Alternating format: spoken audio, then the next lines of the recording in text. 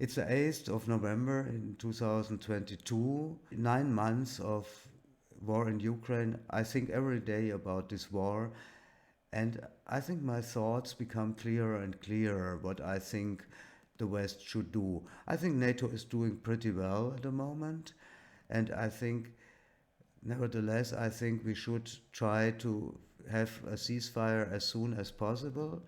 If it's not possible, we have to carry on like we do at the moment.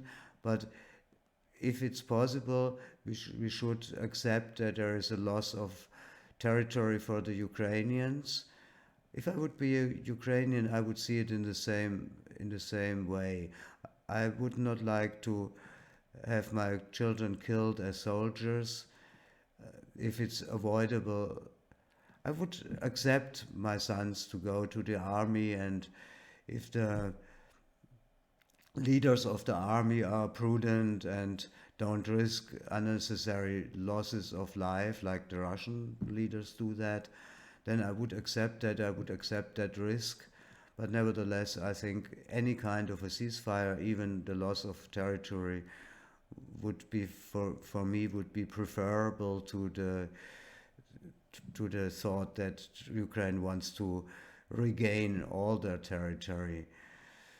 I'm not so sure if the possibility still is, but I think one thing seems important to me. It's that in the West we have a tendency not to discuss, and that there is so much aggression between different people.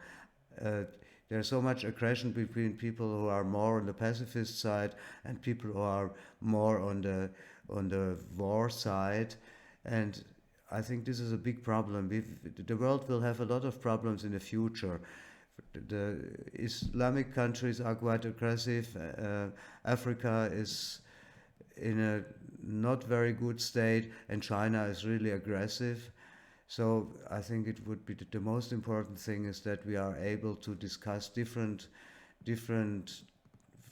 essays to get the world organized, and this got lost in the last 30 years more and more. I think there's more and more a tendency that there are two blocks.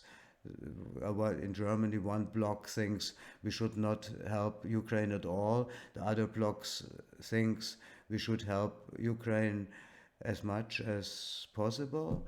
And I think it's important to have some kind of in between. That's my thought at the moment.